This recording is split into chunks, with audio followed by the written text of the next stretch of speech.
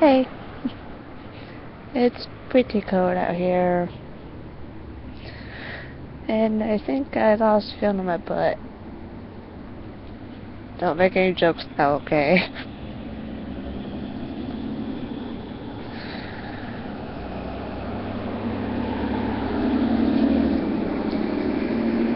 To be honest, I don't know why I started my YouTube channel.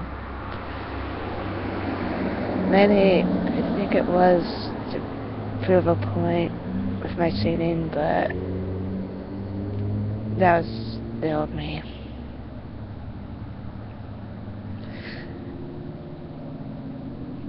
And I have to admit, it's actually pretty good not to sing, not to be on stage, not to be constantly under pressure.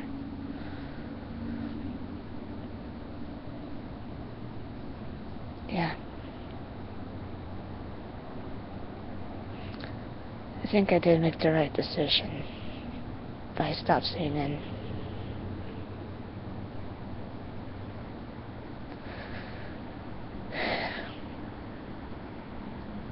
But I thought, hey, if anyone wants to see me, here's the video.